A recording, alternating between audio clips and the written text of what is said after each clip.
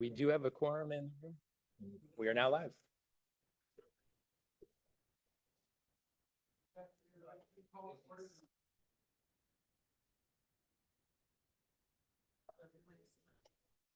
Can you turn your microphone on, please?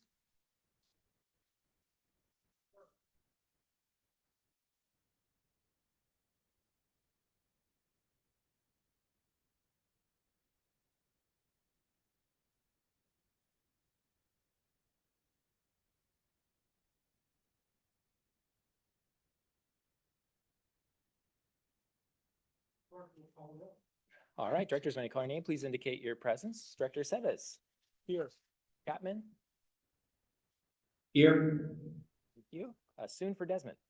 Here. Vice Chair Early. Here. Chair Villegas. Here. Ex officio member Click. Here. Deloria. Absent. Guetta. Here. We have a quorum. Very good. Okay, thank you for that. So moving on to now public communications. Are there any slips to speak on items that are not planning to address items that are on the agenda, the formal agenda, that is? There's no public comment at this No time. public comment. Very good. So that moves us on to last bit of housekeeping items. Are there any comments that directors need to make regarding any conflicts or potential conflicts? Seeing none, that then takes us to the consent calendar. We have two items for approval. We have the minutes of the August meeting and the 2025 schedule of future meetings. If there are no questions or comments on that, we're looking for a motion to approve consent. Chair, Early moves. I would like to second, but I'd like to recuse myself from the minutes since I was not here. very good. Okay, so we have a motion and a second with one recusal because he was not present. So all those in favor, please, actually, can we do that with We'll a need to do a member roll call vote. online? We'll need to We'll do a have to roll do call. a roll call vote. Very good, very good. So we'll do a roll call vote. All those in favor, well, okay, so we'll have to do that. Directors, when I call your name, Yeah. please indicate your vote. Director Seves. Yeah. Chapman. Aye. Soon for Desmond. Aye. Vice Chair Early. Aye. Chair Villegas. Aye. Motion carries. Motion carries. Thank you for that, Robert. Okay, so we do have two action items this afternoon. We're going to go ahead and get started. That'll be item 3, and the first item of action is going to be presented by Kathleen, who's online, and that is the Caltrans Services memorandum. So Kathleen, the floor is yours. Yeah, thanks, Chair Villegas, and I'm sorry to not be with you all in person this afternoon, but it's good to see you over Zoom. So item 3 is your first of 2 action items this afternoon. Staff is recommending acceptance of the Caltrans Services Memorandum. For the benefit of all of you, but especially Director Soon, who's in today as an alternate, folks will remember from the original formation of CARTA back in January that the SACOG board provided direction that Caltrans should put in writing the commitments that it was making to CARTA as a voting member. Those were codified in section 6.4 of the JPA agreement, which gave Caltrans 6 months to put those commitments in writing. Caltrans originally submitted a signed memorandum back in May, and CARTA staff and staff of the partner agencies have been working together with Caltrans to refine that memo over the summer. We originally brought the memo before the CARTA board back at the August 1st CARTA meeting, our last meeting we had 2 months ago. And the CARTA board provided direction to staff to further refine the memo, providing some more detailed information on the benefits and attempting to quantify them where possible. So what you see before you today is a further upgraded memo that in each section where Caltrans is making a commitment of services provides an estimate of what that might look like. As I discussed with you all last time we met, this kind of thing is very hard to estimate and depends a lot on the particular context of the situation when we get there. So you'll notice in some cases, the estimates of savings are related to an annual basis. Some are one time or per project, depending on what we're bringing forward.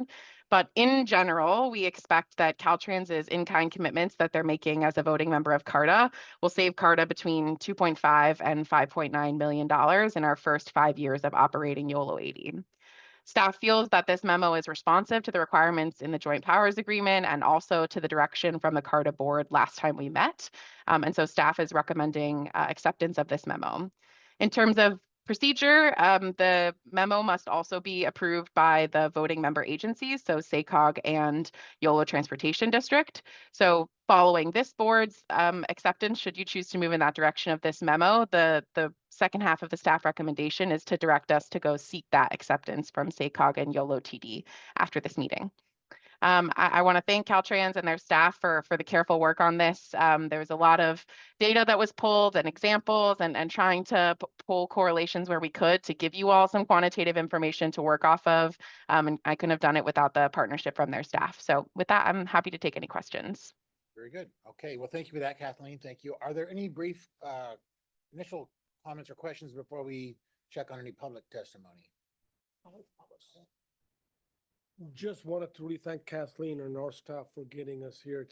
It was a lot of work, but I think it's a great position that we are right now. And again, just want to thank you, Kathleen, and all of our Caltrans staff for getting us here. Very good. Thank you, Director Sevis. All right, so we will then check with the clerk to see if there's, I don't have any slips to speak. Are there any? There's no public comment on this No item. public comment at this moment. Okay, so we'll bring it back to the directors for further comments and questions. And I'll look to my left. So Director Early.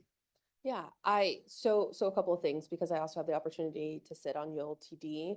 One, I want to say thank you to Caltrans and to SACOG staff for working on this. I know it wasn't easy to try to really look into the future and project to figure out like what with your crystal ball, what's possible, but appreciate that you all did this work and really dug in, because I do think it's important to be able to quantify the amount of savings, because part of the conversations that we had back when we were on SACOG discussing what this could be and the purpose of this partnership was part of these savings. And so I think it's important, and I remember it being important to our SACOG board members to be able to really try to nail down what the numbers could be. And so want to just say, appreciate you all taking that direction seriously. And again, know it wasn't easy. And I'm hopeful that we will be able to not only realize these savings, by the way, but potentially even realize more. Well, thank you. No, I think your comments are well placed, and I think reflect exactly what was talked about. Goodness sakes, it was almost a year ago. Is that Mhm. right? Yeah, it was. Okay. And I know there was a lot of discussion by this body, by the full board around really kind of Caltrans's participation, the role and the value.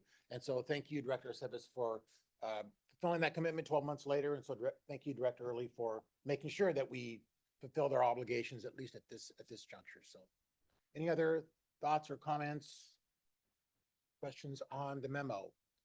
It is an action item. We do need to give staff some direction on the item. So we're looking for a motion unless staff has any final comments on this item. Chair Villegas. Yes. Hi, this is Director Chapman. I just wanted to say, I wanted to echo Director Early's real quick. I know I asked and kind of had the conversations and questions around Caltrans. Director Space, I want to thank you and your team for bringing this back, going through it. I think moves us in the right direction, exactly what I was hoping to see between our last meeting and here. I know that was a heavy lift, so thank you to you and your team and to Kathleen and your team for bringing this back to us here today. Appreciate it. Good work. Okay, well, very good. So now we're looking for a motion and some direction to staff. So Early moves staff's recommendation. All right, so thank you, Director Early, for your motion. We're looking Second. for a second to my right.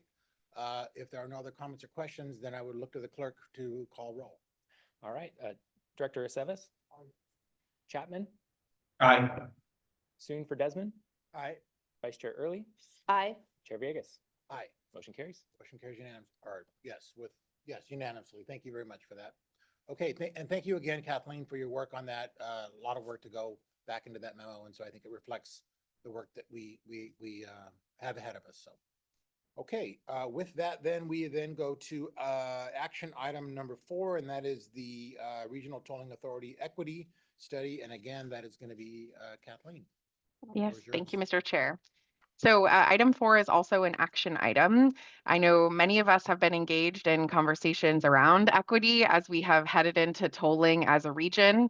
Sort of fundamentally, when you add a piece of infrastructure that folks pay for and other folks choose to use the free infrastructure, it raises this question of, how can we make sure the benefits of what we're providing are equitably spread across incomes and regionally for folks who are going to use our future toll facility.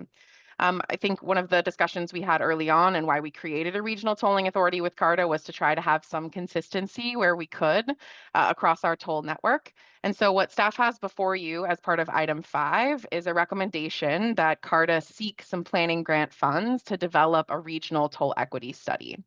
And what that regional toll equity study would do some analysis on what are the real impacts, what do we anticipate being the real impacts of travelers in terms of job accessibility? Are those different depending on your income? Is that disparity different in our different counties? To really wrap our heads around in detail, what are some of the nuances of the equity issue for tolling in our region?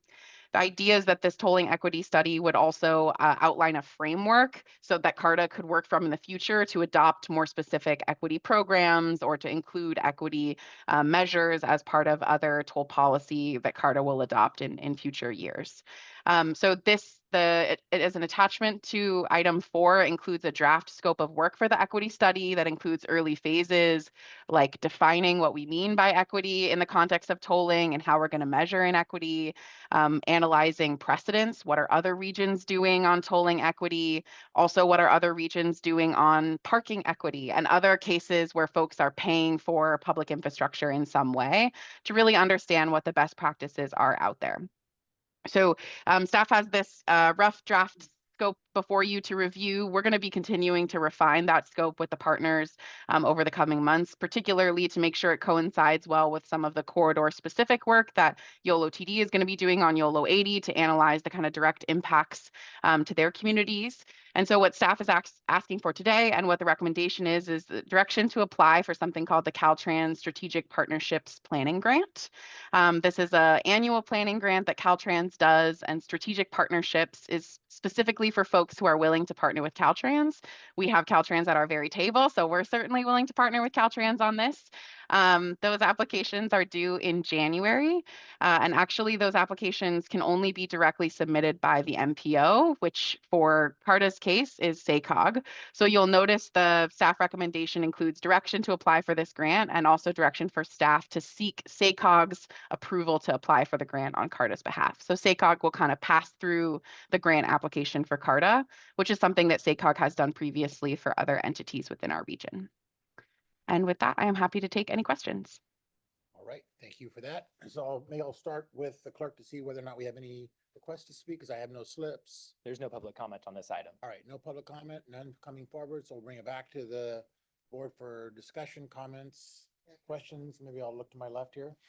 Thank you. Just for the board to consider, and I'm sure staff has looked at this. I would hope that it's just that it's not a myopic approach of just what the costs are for using the toll lane, but and I believe other jurisdictions have looked at what's the overall cost to say if you use public transit on the toll lane and avoided parking and the time cost with that. So making sure that we look at the overall impact versus just am I paying. So that means that there's going to have to be some interconnection with our transit agencies and the different jurisdictions.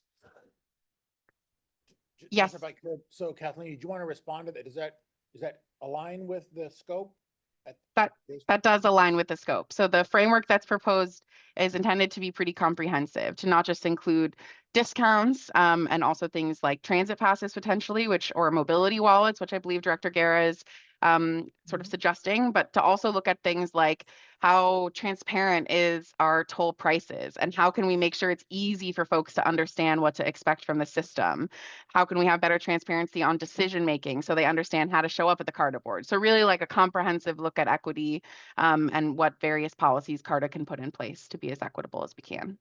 Good, very good. Thank you. Okay, very good. And I know the Director Early was not able to be at the briefing, but she did have some questions. So I know she has some questions today. So Director Early, the floor is yours. Yes, thank you. The presentation, Kathleen, was really helpful. I think you might have touched on it, but I would like to just clarify, because at least at YTD, we've gotten a couple of times that by the time we are done with the tolling and everything and all the costs, there's actually not going to be any dollars available for equity programs. And so what I'm hopeful that will be in this, but I do want to clarify, is even just a tiered options of, if the budget were to realize this, then here would be a couple of the options in regards to equity programs, in regards to equity costs that could exist. If you hit this area in the budget, then here would be, but just a few more so that, again, by the time it does get to us, because again, we don't have a crystal ball, that we would have an opportunity to pick from that versus having to reinvent the wheel because we didn't anticipate what was ahead of us. That's great direction that I'm happy to take on clarifying as I further refine the scope and develop the rest of the grant application. I think that what you're illustrating is what we're intending, right? Is we are not going to be a particularly rich tolling authority compared to some of our neighbors, but we want to do meaningful work with the dollars that we have, right? So how can we stretch the dollars where we can, and as you're explaining, be prepared so that if things go better than we think, we can kind of reinvest them, which is common in other tolling authorities as well. As part of their toll ordinance, they sort of adopt and say, okay, if revenue is at this point, then you can adjust the benefit this amount. Perfect, thank you. Very good. Thank you, Kathleen. Director Click. Yeah, thank you. And building on what Director Early was saying, Kathleen, first of all, great scope, really appreciate it. I was glad to see, I was reviewing it and I wrote a comment in here, where are the focus groups? And then I got to page 3 and I saw the focus groups. So thank you for that. But I do want to highlight that and pick that. I do think it's really important to do some focus groups and actually do as many as you possibly can afford to do with our equity priority communities so we can talk directly to them and ask them, what does equity mean for them? Because I think having this being such a big, and it gets to the larger sort of thing that we try to do here where we're having this regional process, but also worrying about specific corridors as well. And the way we have an expression of equity on YOLO 80 might be different than I-5 or something else. And so I think having focus groups of equity communities from across the region to understand how they would like to see that. And I think as an outcome, we really should be hopefully having a range of potential different equity programs, and that might vary by corridor. So just a little feedback on the scope. I thought it was great. Thank you. Thank you. All right. If there are no other comments or questions, we don't have any slips come forward. Kathleen, is there any final thoughts or you are comfortable with the feedback thus far? I'm good. Thank you. You're good. Okay. And it is an action item, so we do need a motion. Early moves. Soon second. So early moves, soon seconds. We do need a roll call vote. Yes, Director Sevis. Chapman. Aye. Soon for Desmond. Aye. Vice Chair Early. Aye. Chair Villegas. Aye. Motion carries. Okay, thank you for that. Motion carries. That's the 2 action items. The next couple are informational. So we're on to item 5. In that item 5 is the Caltrans District 3 Draft Managed Lane System Plan Update. Who's presenting? I'm not. Yeah. Welcome. Hi, everyone. Ready? All right, so my name is Bruno Costa. I represent Caltrans District 3. I'm an office chief there for local systems engineering and analysis. So I'd like to thank the CARTA board today for allowing Caltrans to give this short presentation about the MLSP, and also like to thank Caltrans management led by Sergio for all their support today thus far. So starting here, so the Managed Lanes System Plan, so the MLSP for short, is a visionary document covering a 20-year horizon that is to be updated every 4 years with continuous monitoring, adaptation, and alignment with newer revised legislation, including any revisions to CAPTI and Strategic Management Plan by Caltrans. The purpose of the MLSP is to assist Caltrans and partners to address HOV degradation, identify segments with operational needs, align with federal and state policies, and prioritize future managed lanes projects and strategies. The focus of the plan is efficient transportation, safety, and reduced congestion, which will contribute to California's climate goals. Our goal for the MLSP is to complete the managed lanes tool vision for the region, and this plan will be completed by the end of 2024. We have relied heavily on support from both internal partnerships and external partnerships. So we do appreciate the feedback that has been provided so far. Next page, please. So agenda, so glancing through the purpose and need, and then we'll touch on steps on the MLSP approach and the life cycle of the MLSP, what went about the input of the MLSP planning decisions.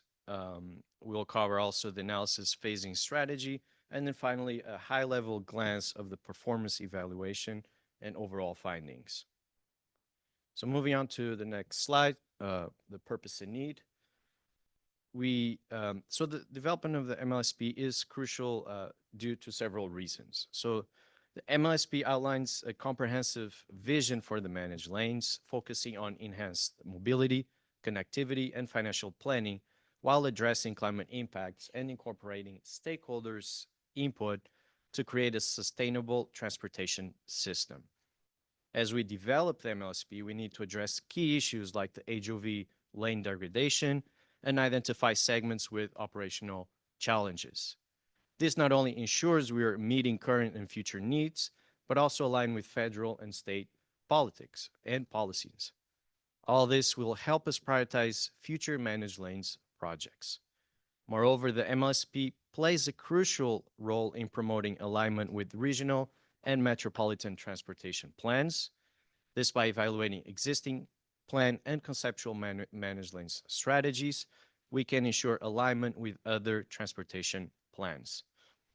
From a policy perspective, the MLSP is not optional, so that is required by Caltrans Deputy Directive 43R1, which is currently being revised and should be released very soon. So every district that operates or expects to operate managed lanes within 20 years must have a plan in place. Without it, we risk falling short of our department goals, which are vital for reducing congestion and supporting our state's climate objectives. So moving on to the next slide, so we'll just give you a short summary of the life cycle of the MLSP.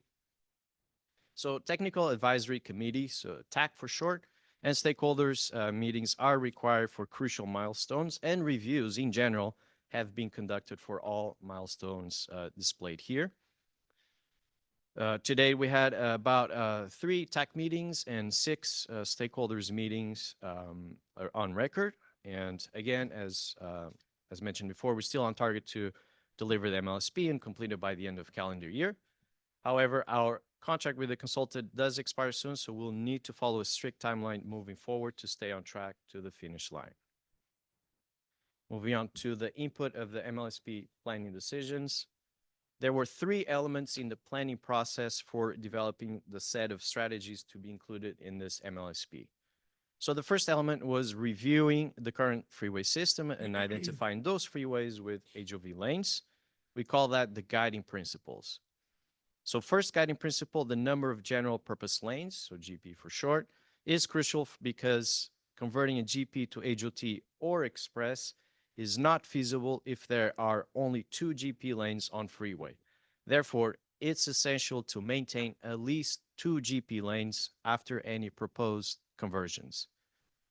Continuity of managed lanes is another guiding principle where gaps in the system must be avoided. For example, we wouldn't want to have an isolated managed lanes segment or have a gap that could disrupt traffic flow and reduce travel reliability.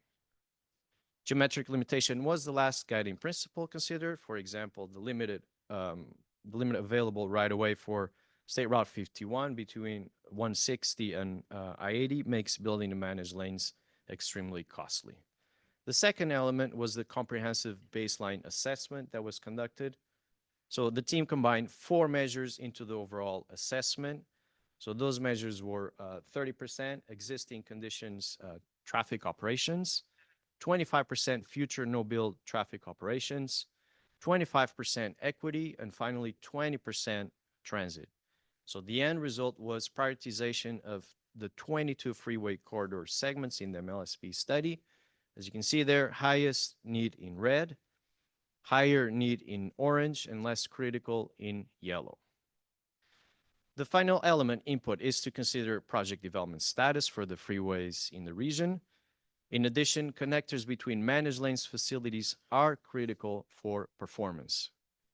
So managed lanes will not be fully effective until some managed lanes freeway to freeway connectors are built. So building connectors is high in costs and often requires right-of-way acquisitions. So connectors between higher priority freeways should be given consideration, such as the State Route 9950 interchange and the I-550 interchange. So touching now on the phases of the MLSPs on the next slide.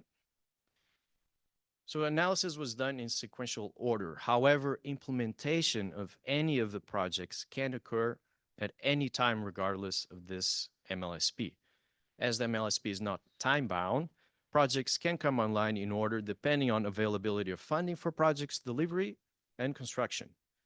So as an example, the I-5 managed lanes project, dual two lanes, should this alternative be selected, could be built before the completion of any other corridor or even the entire network. In similar fashion, YOLO 80 from Sacramento to Davis dual two lanes could also be done significantly sooner than the completion of any other corridor for the entire network. Caltrans began the MLSP back in July 2022. This was in collaboration with all of our partners, and the original scope was tied to the awarded grant, which did not include dual two lanes. So the dual two lane analysis was initiated after feedback from our stakeholders and kept tight discussions in January. Since over a year of work had already been completed on the original phases and adjusting the models would incur additional costs, the team decided to create Phase B to run independently of Phase 3A. So which you can see here, it's a split from Phase 2, so Phase 3A and Phase 3B. Moving on to the next slide. So we'll start off with the Phase 1 improvements. So for all phases, it is important to know, again, that the projects can be shifted. Repeating here, timelines are not defined due to available funding or potential shift in priorities in the near future. What you see here is the visualization of the managed lanes network after Phase 1. So in green, you still have existing HOV lanes, new high occupancy tool, so HOT lanes in solid blue. Those are portions of the I-5, the US 50, State Route 51, and I-80. And then for the HOV to HOT conversions, we have proposed I-80 east of the State Route 51 interchange and State Route 99 south of the US 50 interchange. Moving on to Phase 2 improvements, the next slide. This phase builds off Phase 1, and again, this is a visualization of the managed lanes network, but after Phase 2 is completed. So here now we have one new HOT lane on State Route 65, HOV to HOT conversions on I-5 and US 50, and we still have segments without managed lanes shown in yellow. Moving on to Phase 3A improvements. This phase builds off Phase 2, and it is independent, again, of Phase 3B. This shows the managed lanes post Phase 3A construction or build. This phase does add a new HOT lanes on segments of State Route 51 and 99 and converts HOV lanes to HOT lanes on US 50. So this completes the managed lanes network we have for the region. Now for Phase 3B improvements, this slide does show Phase 3B analysis building off, again, Phase 2, again, independent of Phase 3A. And this is a visual that shows the end of Phase 3B. So Phase 3B does convert the inside GP lane into HOT express lanes, resulting in dual HOT express lanes on parts of the I-80, I-5, and US 50. Segments in yellow have no managed lanes. And again, in solid blue line, we have one HOT express lane, and double solid blue line, we have the two HOT express lanes. So now moving on to the performance evaluations. So next slide. So we'll start off with person throughput. Here we're looking for a positive number, meaning it's a benefit to the system. Shown here we have Phase 1 versus no bill, Phase 2 versus Phase 1, phase 3A versus phase 2, and phase 3B versus phase 2. We also, on the right, we have phase A versus no build and phase 3B versus no build. So in addition, we also included HOT 2 plus versus HOT 3 plus. So for HOT 2 plus, it is displayed in green, and HOT 3 plus we have shown here in orange. So we do see a significant increase for phase 1 and also some improvements for phase 2 and phase 3A. But we do see a negative impact when phase 3B is compared versus phase 2, again related to person throughput. So next slide, for vehicle hours of delay, VHD. Could you just pause? Sure. Just, I'm almost done, but go ahead. well, you're just gonna have to go back anyway. So so problem. I appreciate you. If you- Could you potentially maybe just share in a way that like your everyday man or woman would could understand? Sure. Which slide can you go back? Definitely yes. this one. Yeah, so here with the improvements that we have, so in the bottom, you see the phases compared to no build. So phase 1 versus no build, phase 2 versus phase 1, so sequential order, and then phase 3A versus phase 2. So again, sequential order 1, 2, 3A, and then the phase 3B does build off phase 2. So the first three, so phase 1, 2, and 3A, we do see improvements. In essence, we are proposing to add a lane, and you see more person throughput. You see more volume going through the highways at a particular time. And So one of the more- things you had said was, hey, we want to see positive numbers, not negative numbers. So, oh, go ahead. Yes, you Sorry. can explain some more.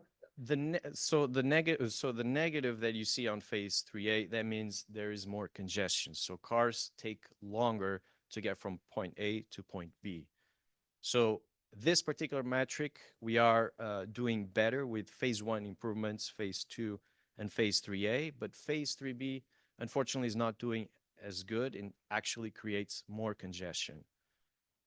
Got it. So throughput in this case simply means that more cars are getting through Yes, faster. faster. So for point A from point B at a specific time, correct. There are more cars moving forward. And if I could, oh, I'm sorry. Oh, no, Through no, the no. chair. Yes, please. And really what you're talking about, if I'm as a sort of. for the Layperson. Every person, right? When you say study area change, you're talking about of all of the corridors implemented within that phase, the cumulative amount of more people moving through all of those corridors on a daily basis, right? Correct. Okay. And so when you get to a hot 3, there's an assumption that there'll be more people in those vehicles, so those numbers are higher. Well, Unfortunately, Go ahead, Kathleen. yes, sorry to not be here as your historical translator. So, right, phase 1, Bruno walked you through these maps. Phase 1 is where we do the most widening, right? On the corridors that have no carpool lane, no toll lane, no anything. Phase 1 adds a toll lane on the inside. And so when we have more lanes, we can get more people through. That's effectively what this bar chart shows. And so most of our lane additions are in phase 1 in the MLSP. Phase 2 and phase 3A kind of move some things on the margin, convert some carpool lanes, but they're more minor infrastructure investments in phase 2 and phase 3A. In phase 3B is when we take a free lane and convert it into a toll lane. And so intuitively, right, if a lane was free, a bunch of people used it. And if you start charging a toll for that same lane, a slightly lesser number of people will use it, or people will carpool more often. So that's where you see the bar chart kind of flip. So so this is really helpful. Thank you. Thank you. Thank you. So the only question I would have, just going through the transportation committee and some of the other things that I've learned along the way over the past couple of years, is we have carbon footprint numbers we're also supposed to be meeting, right?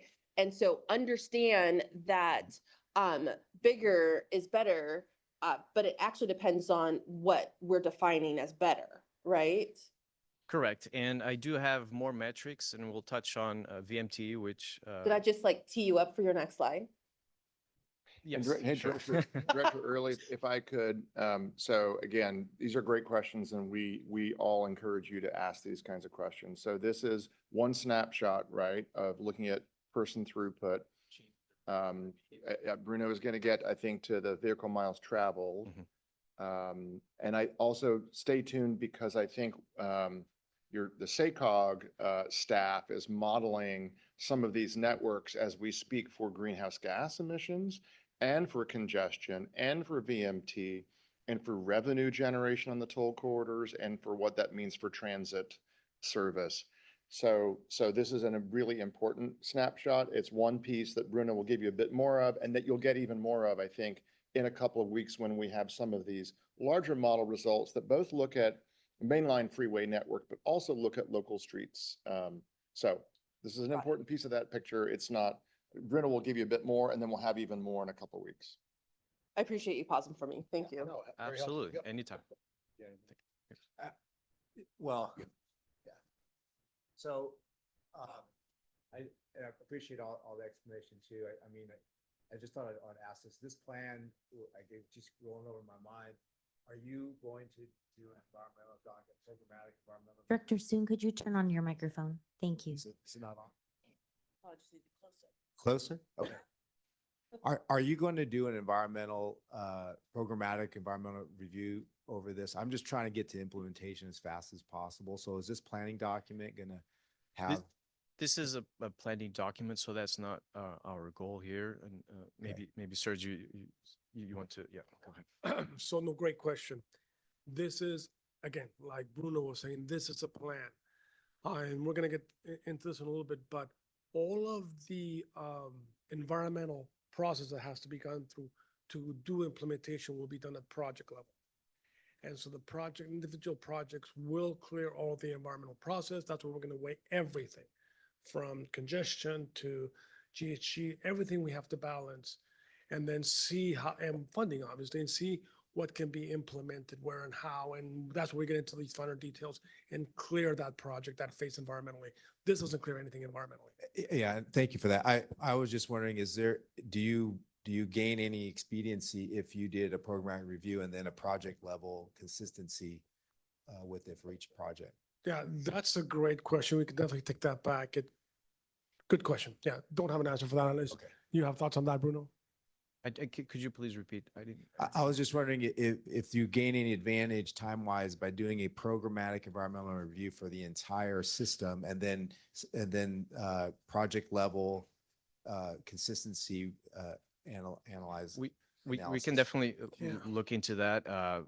Again, we're not looking at project specific, but having a holistic view and having the environmental document done for all the potential projects that we have, yes, that would definitely be beneficial.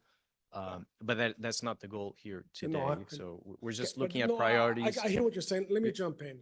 Look, we can definitely look into that, but as you can see, there's a lot of complexity here. What comes first, what comes next? Ultimately, we can look at how we want to clear the completion of this vision here. Yeah. But that's going to be many, many years down the road. And how we get there, again, as was stated earlier, this is not time bound. There's probably going to be dual toll laning that's going to be studied in certain corridors at the beginning of phase one. So how do you model that environmentally? It's a great question, and we'll have to get into that because it's not like a project where we have a pretty well-defined vision for a given corridor. This is the whole Sacramento urban area.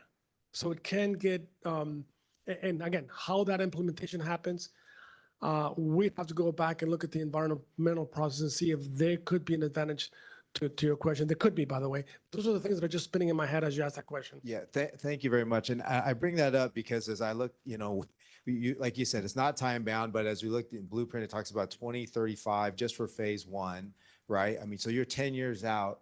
And then when I look further ahead, just doing the YOLO, that's 370 days, working days just for construction, not including environmental analysis.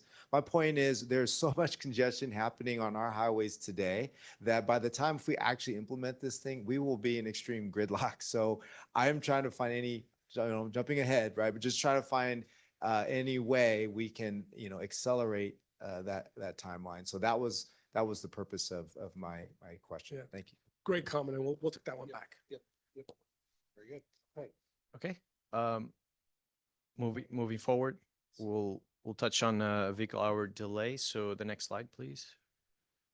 So here in this slide is a reminder. So a positive number for this particular so yeah, a positive number here is detrimental to the system, and a negative result here is favorable. So we are looking at a vehicle hour delay. So phase one, going specific, just very quick, we do see significant delay reduction.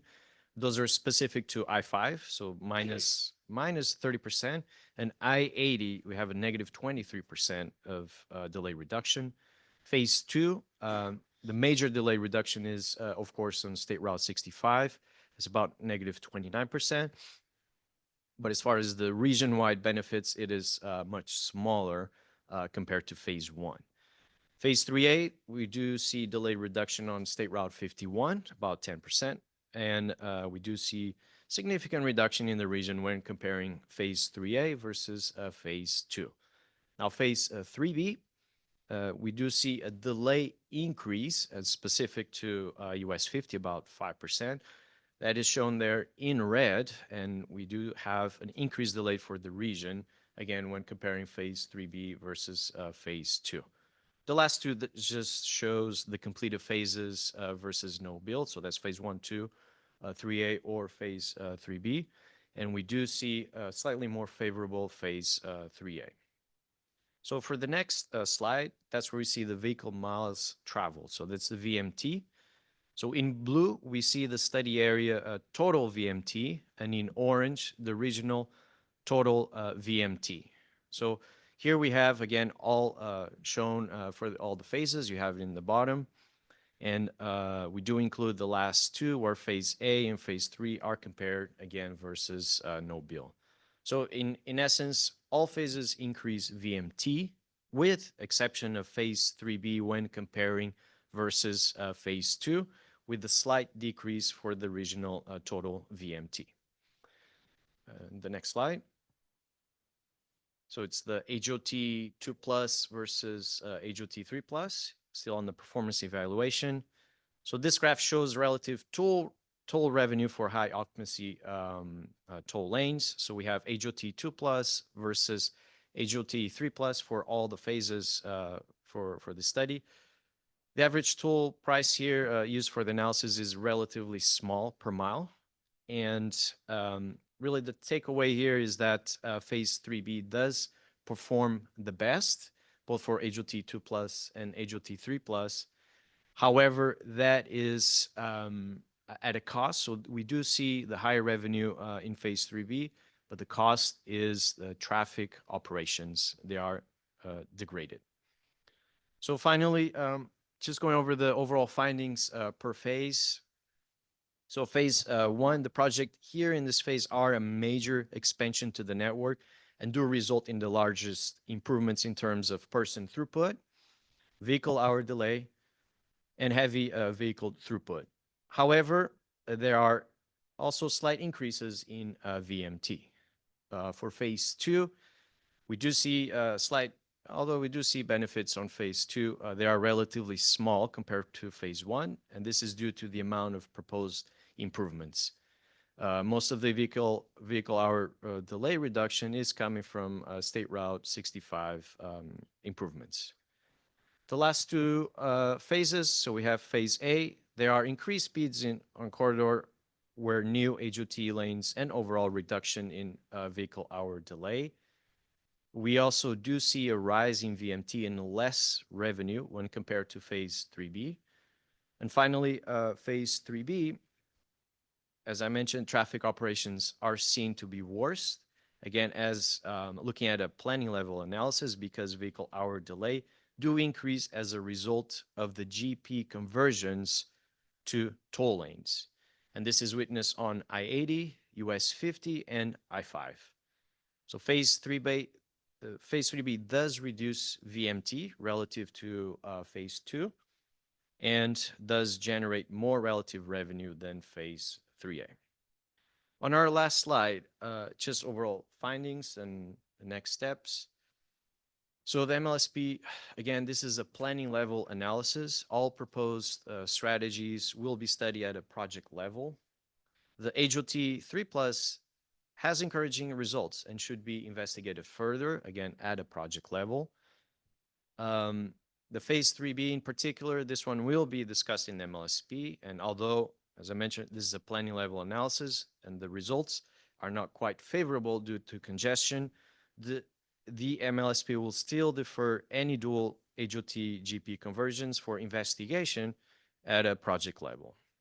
On a final note, it is essential to bring up the need for freeway-to-freeway interchange connectors improvements, and this is to maximize the operations that we have in the managed lanes. With that, my presentation is concluded. So Kathleen, back to you if there's any questions. Bruno, sorry, just one more quick question regarding the data. So the throughput numbers that you're providing on here, are you using that based on 2035 projections? Is that? So maybe I'll have Lauren speak up a little bit how the person throughput analysis was done and the timing. So I'll introduce Lauren. Okay. Lauren, go ahead. Hi, I'm Lauren Bloomberg with Jacobs. We're the consultant for Caltrans. Short answer is 2040. So we have a model using the SACOG model for 2040. There's a much longer answer about how all of the performance measures were derived. What Bruno shared was a subset of the analysis, kind of the most critical ones. But we had, depending on the time period, from 5 to 10 different performance measures we looked at. All of them used the forecast modeling, the 2040 that I mentioned, and then there was work after that to extract it for the individual corridors. But we did use a consistent regional base for the forecasting. Great, thank you. Lawrence, you might want to stay up, or Bruno, I don't, could someone go back 4 or 5 slides to the revenue slide? Here we go. Quick question here. Typically, Hot 3+ generates a lot less revenue than Hot 2. I'm curious why you're showing Hot 3 as being more revenue positive in all phases. So can you walk me through the revenue policies you're assuming that leads to Hot 3+ generating more gross revenue? Yeah, I mean, the general policy there for the Hot 3+ is that only the Hot 3s would be free. So basically the HOV2s, they would be HOV2s and not Hot 2 at that point. They would be paying. Was there any further assumptions about discounts or things like that at this point? We have discounts for the 2s? No, the 2s were not discounted in that. Okay. In that scenario. And we used a relatively simple I gotcha. policy. Actually, Lawrence, I apologize. I'm reading the slide backwards. It's my fault. I understand what you're saying. Okay. Yeah, I apologize. Maybe just make sure everybody, all of you all are following Hot 2, Hot 3. Is that? I'm assuming yeah. it's 2 people on the. Yeah. 3. Okay. Yeah. Well- Hopefully, is it as simple as it sounds? Oh, wait, it's not. No, it is, and I apologize for confusing the board. Lawrence is absolutely right. I was misreading the colors on the slide. And it is something when we get into specific corridor assumptions around it, we'll have to have very more sort of granular conversations about the revenue policy because it gets into discounts, who pays and who doesn't pay. So you could have certain revenue discounts just based on occupancy or others as well, which I'm sure this board will consider into the future. And you'll probably consider different ones for each of the corridors. So yeah, no, Lawrence is absolutely right. I misread the slide. I apologize. So I at this point, I have a very simple question. Which one would you recommend? So we're still working on corridor recommendations. As far as the actual HOT 2+ or HOT 3+, that would be done at a project level analysis because they could be. So you did lots of phases. So I mean, I appreciate that. And I also appreciate that, hey, it's still a work in progress. I really do. But if someone had to force your hand right now, based on the information you just gave us, which would you recommend? So you'll have to, okay, what do you want to focus on? If it's specifically and strictly relative revenue, just on that slide, you would have to go with HOT 3+. That's what's showing you more revenue. Now, that's without considering person throughput, congestion, VMT, and so on. But strictly speaking, for one performance evaluation metric, the answer is HOT 3+. And what you're hearing me say is, or hearing me ask, you gave us a lot of metrics today, putting all of them together, right? Mhm. Balancing all of those, which would you recommend? So, as far as which phase to go, or Mhm. which are phase 3A, phase 3B, so that would have to be a decision made by our Is that above your pay management. grade? Because, I'm sorry? I said, is that above your pay grade?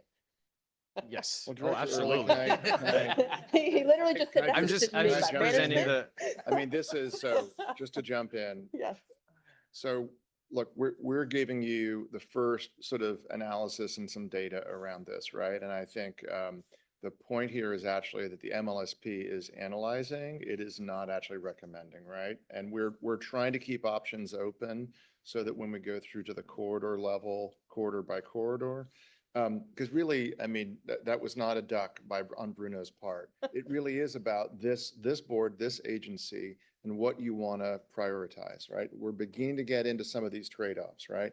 Throughput, transit usage, VMT, greenhouse gas emissions, congestion. But realistically, right, I'm gonna now harken back to the transportation committee meeting that I just had in this Yep. room, in which there are certain numbers that we absolutely have to reach in order to be able to pull down state dollars, just If- realistically. If you, so for instance. So if the you- world is not our oyster. Well, no, but if vehicle miles traveled was the thing that you cared about, right? You would choose the option that had the best performance. If throughput and congestion was your key indicator, you'd have a different answer. If revenue generation is, right, so, yeah, if you wanted to, and let's get back to you on the greenhouse gas, because we've just given you vehicle miles traveled, and actually, interestingly, especially in the freeway network, it is not always a 1-for-1 on greenhouse gas emissions, based on speed and a number of other things. So I know it's going to be very unsatisfying for you. No, But I it's think less the that answer it's today is, it more to really, come. it's, I don't think either Caltrans District 3 or any of us are saying this is the recommendation, because we're actually trying to set you up as the CARTA board to actually figure this out and figure out the way forward. The last thing I would just say on this is we're not operating in a vacuum, which is why you hear me talking about YOLO, TD. It's why you hear me talking about SACOG. It's why you hear me talking about Yeah. Transportation Committee. Yeah. And so appreciate that it's like, well, it depends. What would you like to focus on, right? But that's not, The world is that's not not your true. oyster. Yeah, Yep. that's not a true Understood. reality. And so the only thing you were hearing me reflect back to you is also what are the boundaries, right? Like what are the guardrails that we have to be aware of outside of here's the possibilities? Not all of these are real possibilities because there are other real consequences that we're supposed to be considering. That's the only thing I'm reflecting back to you. Okay. Wasn't a question, I don't think. Yes, sir. Yeah, just to piggyback off of that is, I appreciate your comments, Director Early. And all I will say is, because of these hard trade-offs, we do have to have these boundaries and we have to have these tough discussions. I can tell you that when I look at all these different things, it talks about the completion of a given phase, and some of these phases are huge. They're multiple and multiple projects.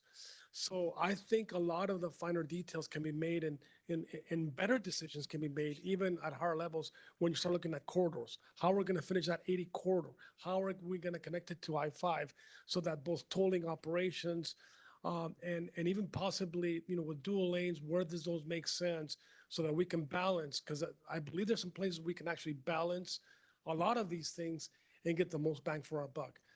This is not looking at that. This is looking at, we're going to build all this and this is the end result and these are the trade-offs. So just wanted to provide a little bit more clarity on that. Hopefully it helps, but a lot more to come on this. This is, that's why by the way, I'm so glad we have this board, this CARTA board to tackle these tough issues. Yeah, I'm going to piggyback on both of you. Since I'm not normally on this board, I'm just going to put my saying or position up here right now, which I would prefer to answer your question, Director Early. I would put more weight on the congestion relief because I believe that is what a lot of the residents, not just people that live in Elk Grove or people in this region are most concerned about. I don't know without further detail, but my intuition will tell me that GHG reduction will be marginal compared to the hurdle that we are trying to achieve, and therefore our previous discussion at the board meeting to pursue legislative action on SB1. I think that will, address that. Therefore, the GHG is lesser of a priority. Also, revenue for me is lesser a priority on this type of vehicle because I don't see these as being a huge moneymaker. So that's how I would process it.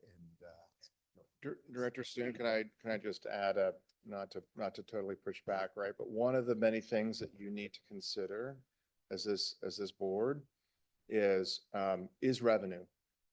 Because you don't want to be in a situation where you're building out a system of toll lanes that will be in the red from day one. Like you want to be able to have, if you look at the CARTA business plan, and you're going to hear more and more about this, right? It's just something to consider, right? As we're working on loans and we're working on figuring out how to build a startup agency in some ways. And again, I don't want to say it for this system or these phases, but if we talk to other regions that have gone through this, we can learn a lot from them. And one of the anecdotal things I've heard is be very careful you don't just build the minimum viable product of single hot lanes and you actually don't have any revenue to work with. That's not a situation you want to find yourself. thank you for that. Thank Mr. you. Chair. Yep, absolutely. Sorry, thank you, Scoreless. You beat me to the punch here on this, and what would be more, what would frustrate more our constituents is that as we're building this, we go back and say, hey, we have to actually, increase the tolls. That would probably be a much more, if you're concerned about the politics of it, that would be a much more unfortunate political situation.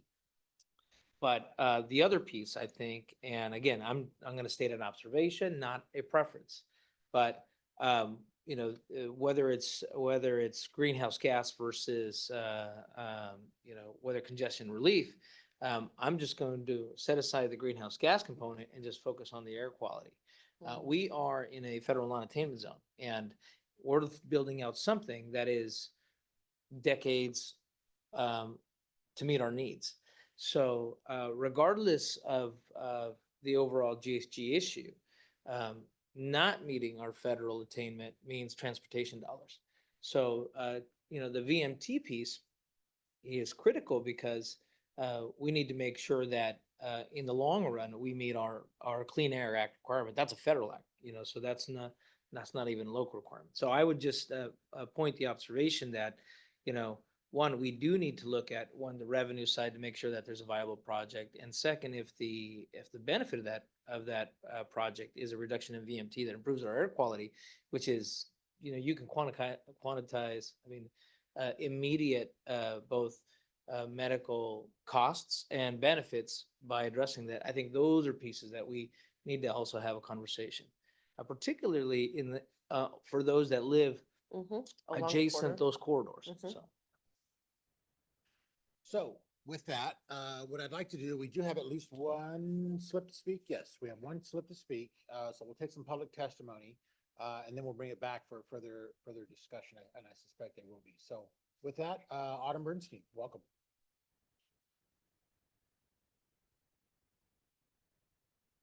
Thank you, Mr. Chair. I really appreciate that both the presentation and the conversation. I think this is so much information, but this is, these are the kinds of questions I feel like this board, we are all going to be wrestling with for many years to come. And this is exactly why we created CARTA, right? Is to have these conversations like this. So appreciate that and really appreciate the transparency and all the work that the District 3 team has done.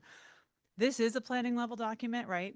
And so I want us to, I'm telling myself and all of us to keep it in perspective, right? No decisions are going to be made about individual projects based on this, but nonetheless, I do have some concerns that I want to share, and I've shared them with the District 3 team as well, but I want to elevate them with this board as well.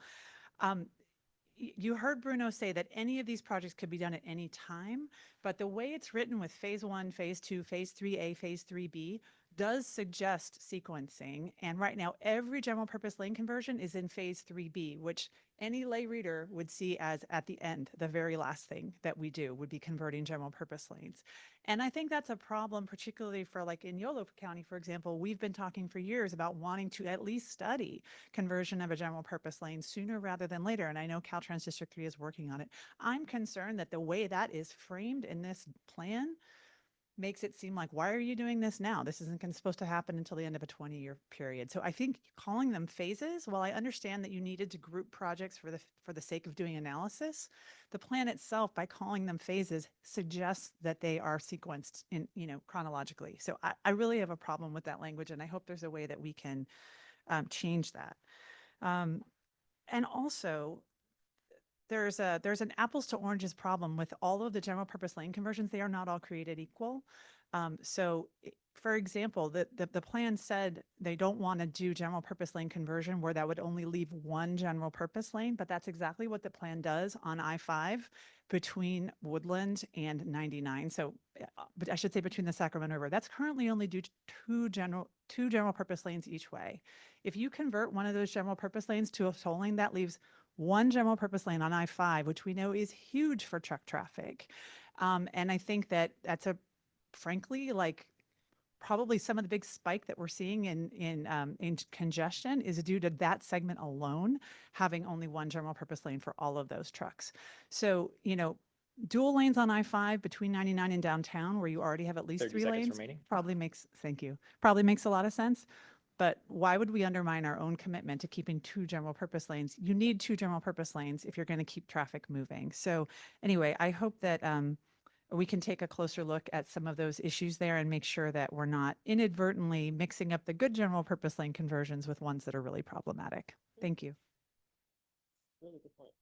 So that's the only slip that I have to speak at the moment, but I would like to kind of piggyback a little bit off of that. Actually, maybe just ask Sergio if you can respond to some of that, because I think that's going to keep coming up, but thank you, Juan, for your comment. If I could actually start for you, Director very good. Sevis. Please. Yeah, so Yeah. Caltrans and SACOG have been working closely on the development of our blueprint and our MLSP, right? Which are on similar timelines and both envisioning like what kind of toll system we're going to build, what are those impacts to Director Early's concerns, how does that help us meet or not meet our targets? And so we've had a lot of cross communication between the two agencies. As Bruno mentioned at the beginning of his presentation, originally Caltrans wasn't scoped to look at dual lanes at all in the MLSP. And we all felt like that was a missed opportunity for us both to look at similar networks. So SACOG made the original request based on our 2020 MTP SCS and said, please look at dual lanes, Caltrans, from this extent to this extent, including that single lane section that Autumn is referencing. And so Caltrans did their due diligence, did the analysis on that section. And so the two agencies have been working together to understand, okay, what did your analysis say on this? What did our analysis say on this? And what should we do about it? And the plan currently for the blueprint, which will be up for the SACOG board's discussion next month, is to not include that dual lane conversion there that gets us down to one general purpose lane. But of course, the MLSP still reflects it because that was our original ask of them earlier this year. So I just wanted Director Sevis, please, but I wanted to make sure it was clear that you all were responding to a request that SACOG made. No, yeah, thank you. Kathleen, thank you for that. I appreciate it. And that you are absolutely correct. That's exactly what happened. And that's how we ended up with this situation. But I do want to just take even this a step further. And again, re-emphasizing the partnerships that we've been working on. And we've been pretty transparent as to how we're developing this MLSP. A lot of different priorities that need to be balanced out. And you can see sort of that struggle in this plan. But again, it is a plan. And talking about the phasing, and Autumn, I appreciate your question very much. To me, sometimes actions speak louder than words. The next project that we're trying to tee up, and it's important that this board know, is I-5. I think we all acknowledge regionally I-5 corridor downtown north, to call it 99, somewhere in there, give or take, is probably the next priority. That's going to be one of the options, the dual toll lanes. We'll see if it works. We'll see if it doesn't. And we're going to go through that robust public discussion to see how that's going to play out. And that, if you wanted to say, hey, that's phase 3B, so we can look at it. No, we are not doing that. We're absolutely going to put it out there as an option. And then we're going to look at balancing all these things. congestion, GHG, a lot of priorities that we have to balance, but that is going to be studied at the project level, which is really how the implementation of this plan takes place. So I just want to make sure that everybody's well aware of that. And I think, I-5 99 to the airport and Yolo County line, no matter what, that's one of our guiding principles. We will not end up with one GP lane, regardless of what the plan says. And the plan says that. That's a guiding principle. We're not going to deviate from that. 2 minimum. Anyway, thank you. Thank you, thank you. Thank you, Mr. Chair. I wanted to, go back to something that Board Member Click mentioned, a couple board meetings past, that if we, that we should start sooner than later to start looking and analyzing the data on general purpose lane conversion now than if we're going to do that. So I appreciate Adam's comments, because it's not going to be an easy conversation, but I think it's a necessary one that we need to do. And particularly if we're really going to meet, the goals of VMT reduction, our particulate numbers that are out there, we've got to start thinking through that, because it will not, it will be a very sobering conversation to have. Thank you so much for that. Yep. Couldn't agree more. Thank you, first of all, Director Seves, for being here, for your willingness, and for your staff. Thank you, Bruno, for the presentation. I would suggest that maybe we keep this on the on the radar and bring it back on a regular basis, so that the conversations that we're having, the questions that we've had just today, find their way into the planning document. Because my sense, and it's not by design necessarily, but by accident in some cases, where our conversations around the MLSP is just a plan, could very well become the plan overnight. But we all know that. We work in government. That's the nature of the work we do. And that switch can go very quickly, or it can take a while, right? And so I say that simply to say, as we now contemplate, it was a Herculean effort in the last 12 months to get to establishing this body with Caltrans representing. The blueprint document is now coming before the full board. We've had our land use discussions, our transportation priorities. We've got to find a way to work together. And I think the MLSP probably ought to be a regular thing. And I would let staff, I suspect my colleagues have opinion about that, but maybe have that conversation on a regular basis, so it doesn't get to become the plan versus just a plan. And I say it that way because we're not going to address everything here today. It's just the beginning of the conversation. And so I'm hoping that can be something that we can all agree makes sense for this body going forward in light of the work that's ahead of us. So, yes, sir. Sure, Villegas, thank you. I just wanted to mention too that this will not be the last bite of the apple for this board. We are required to update the MLSP every 4 years.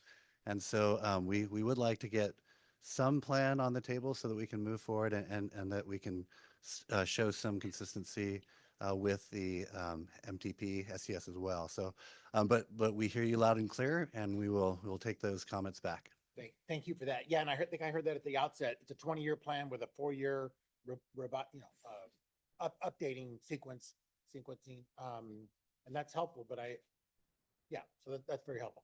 Thank you for that. This is not an action item. Yes, sir. Yeah, just to put a finer point on that is we are, and I think that's what Brian was trying to get to. We are trying to update or finish this update to this current plan, we'll call it, by the end of this calendar year.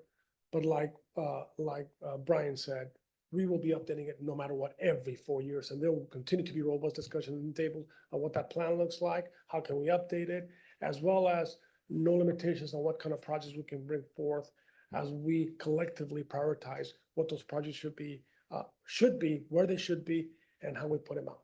Is it possible to embed as part of this updated version for the remainder of the calendar year, the comments and the questions, concerns that were raised here by this body as part of the plan? Because I know there's a public input component built into outlining the region's visions on how the managed lanes will be operated. And I wondered, how do we memorialize today's discussion going forward so it's fruitful as part of an ongoing? Well, we can, so first of all the discussions, we do appreciate stakeholders input and from the CARTA board as well. So we will try to incorporate as many comments as we can on this current version of the MLSP. And then future iterations, as Brian mentioned, we'll definitely take probably a more focused approach on what was said before. But as far as like meeting minutes and what was said and some of these comments, we'll try to, again, we'll consider it as part of the document. If not, it will be part of our working document for the MLSP. But your comments and your voices are heard and have been recorded. Director Early? So I would suggest and it's just more of a visual edit and feedback that I was just yearning for as I was looking at this at the end. Oftentimes, SACOG staff actually does a really good job of this, by the way, as far as the data visualization. You'll have just like one basically grid, and you would have, VMT, throughput, revenue as the rows, and then you have the phases at top. And then in those, it would be simply, small increase, decrease, whatever the case may be, negative pop. But on one, because I found myself trying to like hold it all in my head at the end, and I was like, wait, what was it?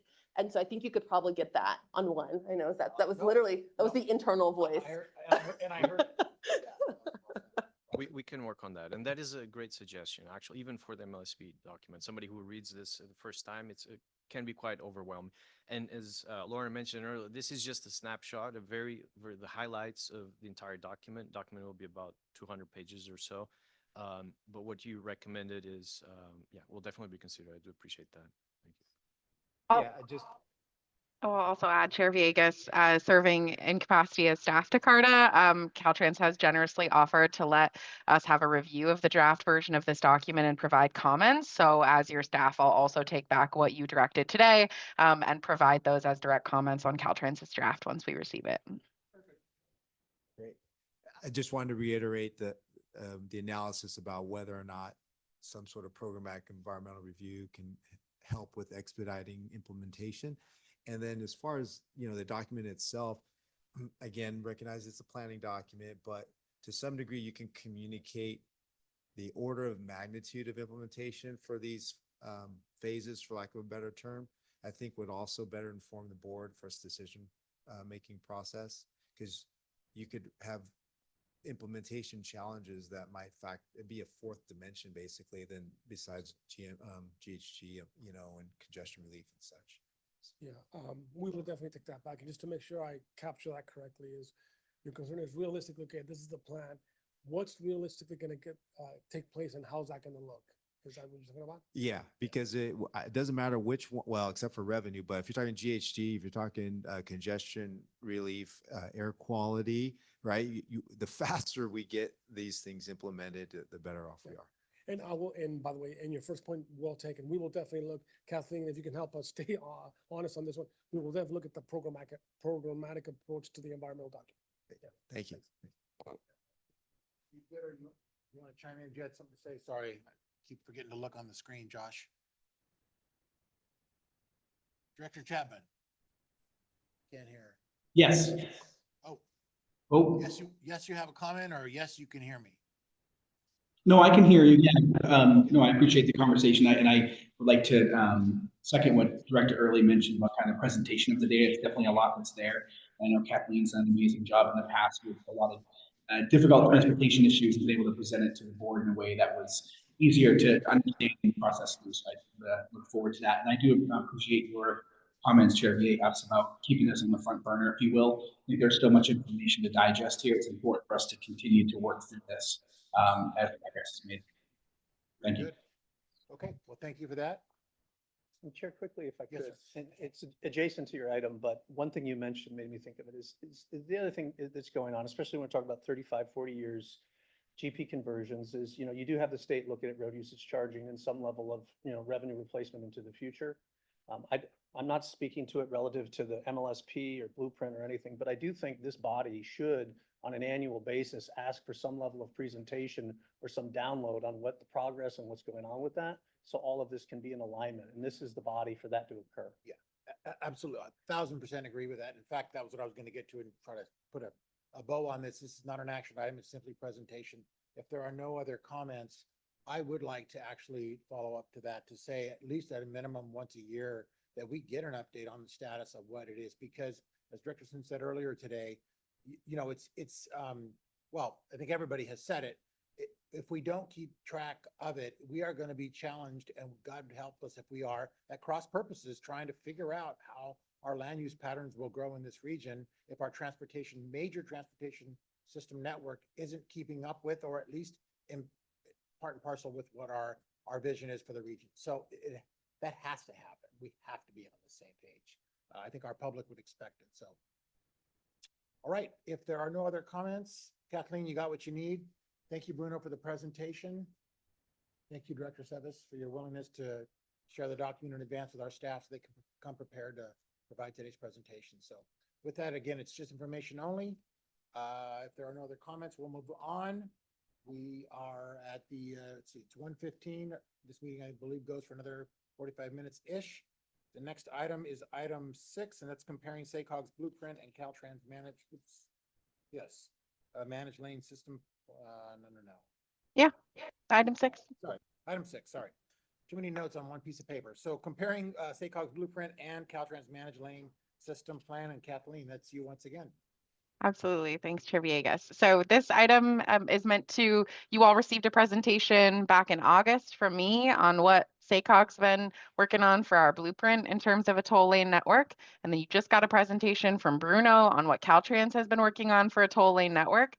So the purpose of item 6 is to do a bit of a compare and contrast, right? So it's not a memory quiz on what we talked about back in August, and to really highlight some of the areas where there's still gaps between our plans and what CARTA might want to think about moving forward.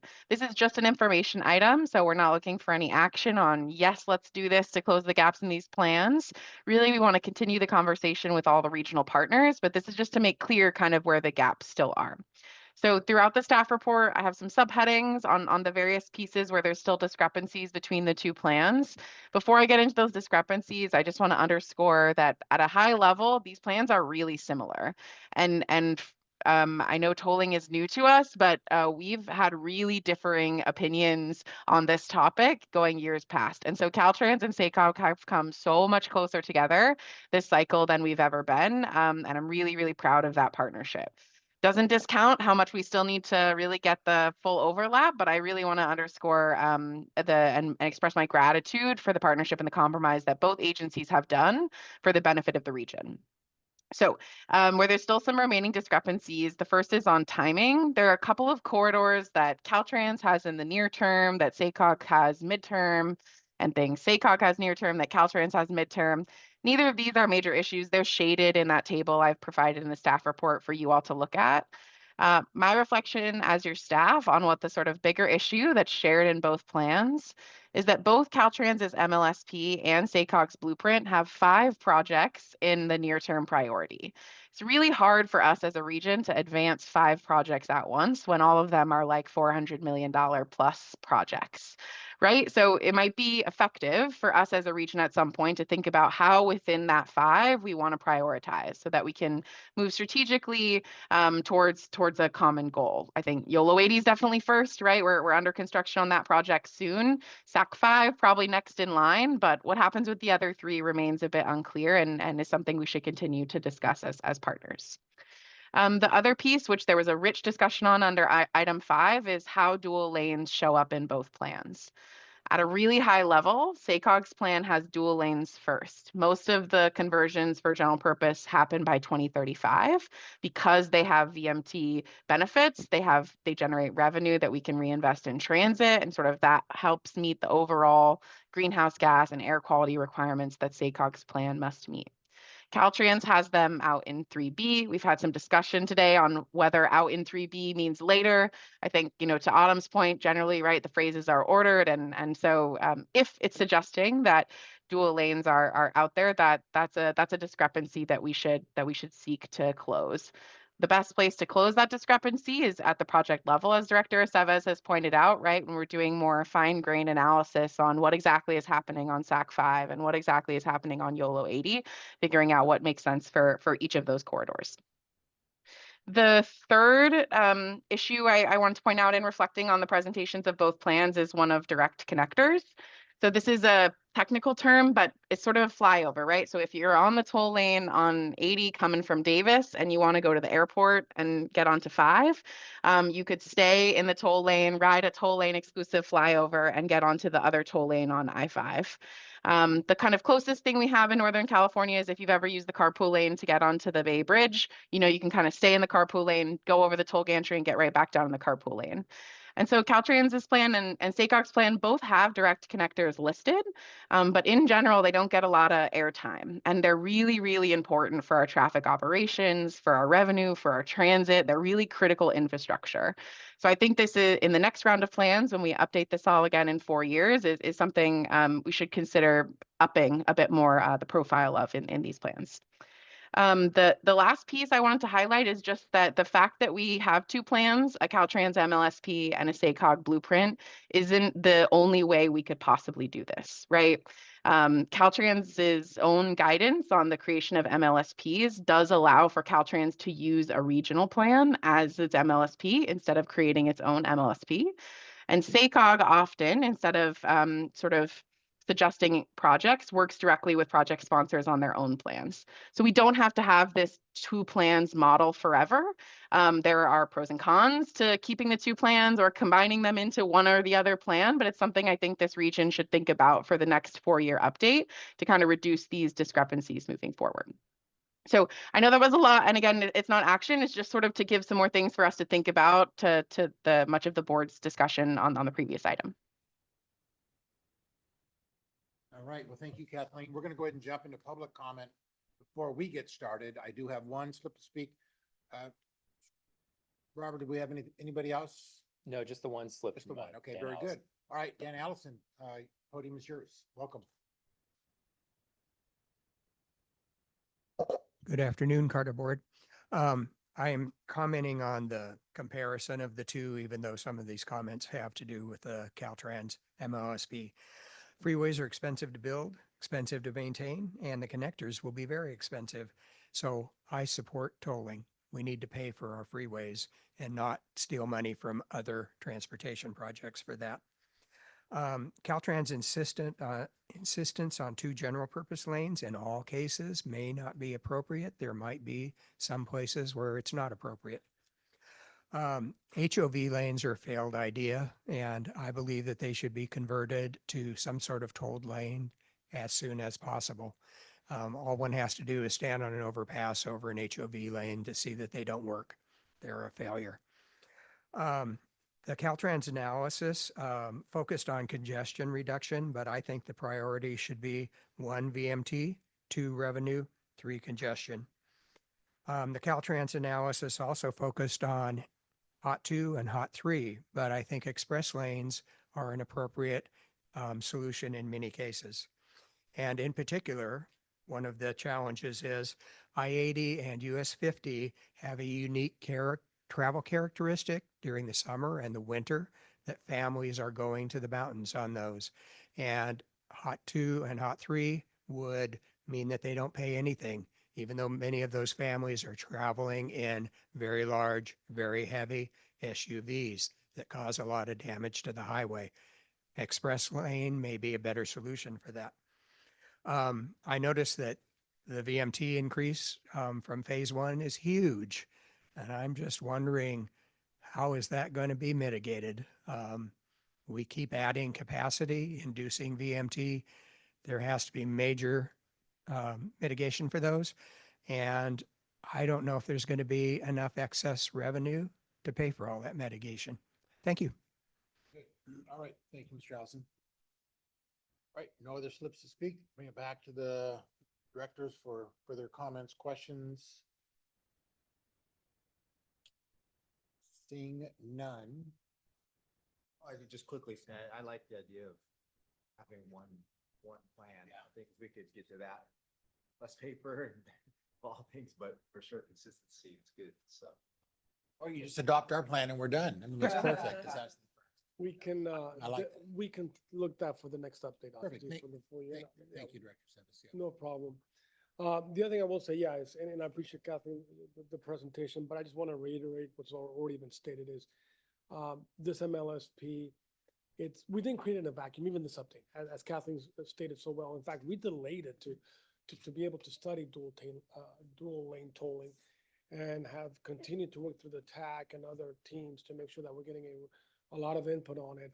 And Caltrans, while frankly, 20, 30 years ago, it was widen and the road-centric organization, we're no longer that.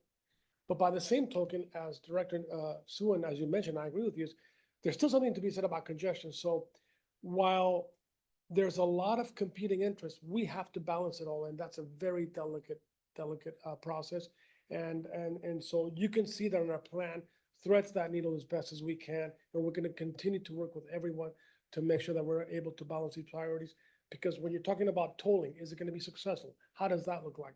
What does that do to congestion? What does that do to VMT? I've also heard it in regards to air quality, is vehicles sitting there and just emitting it is also not good.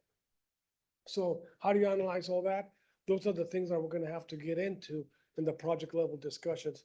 I think these discrepancies, and I want to echo what Kathleen said, between the SACOG plan, MTP plan, and our MLSP are very minute, and I think we're in a much better place, and we can definitely look at how we can do things better in the future. That's all I wanted to say. Thank you. Very good. Absolutely. Thank you. And thank you for being here today.